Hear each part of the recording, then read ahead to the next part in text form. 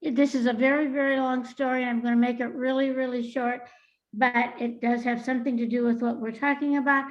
When our oldest daughter and son-in-law were 40 and they wanted to be parents and they were not conceiving, and they went through all the in vitro, and then they went through the adoption process, and many of their friends got babies and they didn't, and they finally got a baby, and we went there, and after 4 days, the mother changed her mind and took him back and took him away.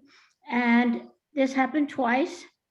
And then the adoption agency called one day. They had also lost 2 4-legged furry friends that week that were old, a cat and a dog, and the baby. And yeah, okay. So this adoption agency called and said, we have a situation here at the hospital and you need to come down. And they said, we're too fragile.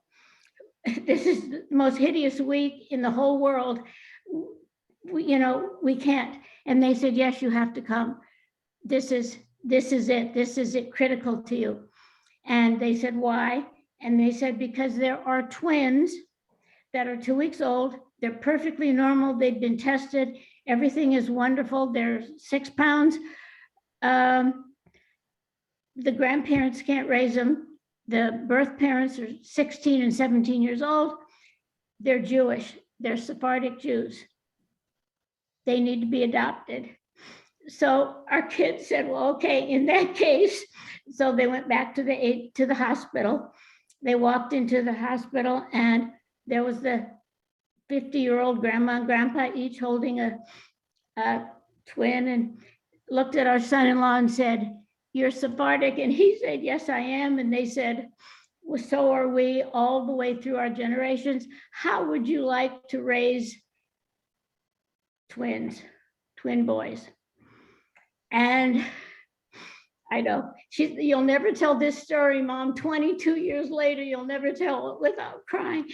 And so, yes, our gorgeous, gorgeous, normal, beautiful, brilliant, very Jewish Sephardic twins are ours.